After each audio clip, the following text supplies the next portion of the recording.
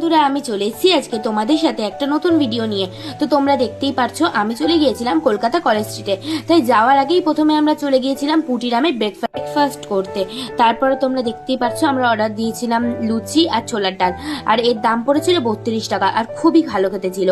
আর তোমরা দেখতে পাচ্ছ আমরা একটা আইসক্রিম সন্দেশও নিয়ে নিয়েছিলাম সবাই মিলে। তারপরে আমরা সবাই মিলে একটু বসে জল খাচ্ছিলাম আর একটু গল্প করছিলাম। তারপরে আমরা সবাই মিলে ফটো তুলে নিয়ে চলে গিয়েছিলাম বুক ডিপোতে।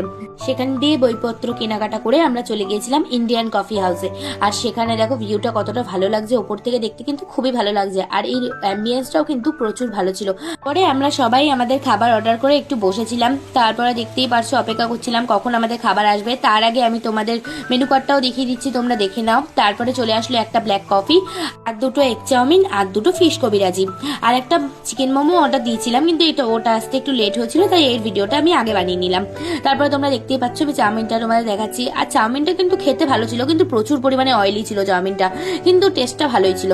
তারপরে আমরা সবাই মিলে চলে গেছিলাম প্যারামাউন্টের শরবত খেতে, একটু গলাটা ভিজিয়ে নিতে। তারপরে দেখো আমি ভেতরটাও দেখিয়ে দিচ্ছি কেমন। আর সেখানে গিয়ে আমরা অর্ডার দিয়েছিলাম একটা ম্যাঙ্গো বানিয়া আর 3টে কেশর মালাই শরবত। এইগুলো কিন্তু খুবই ভালো খেতে ছিল।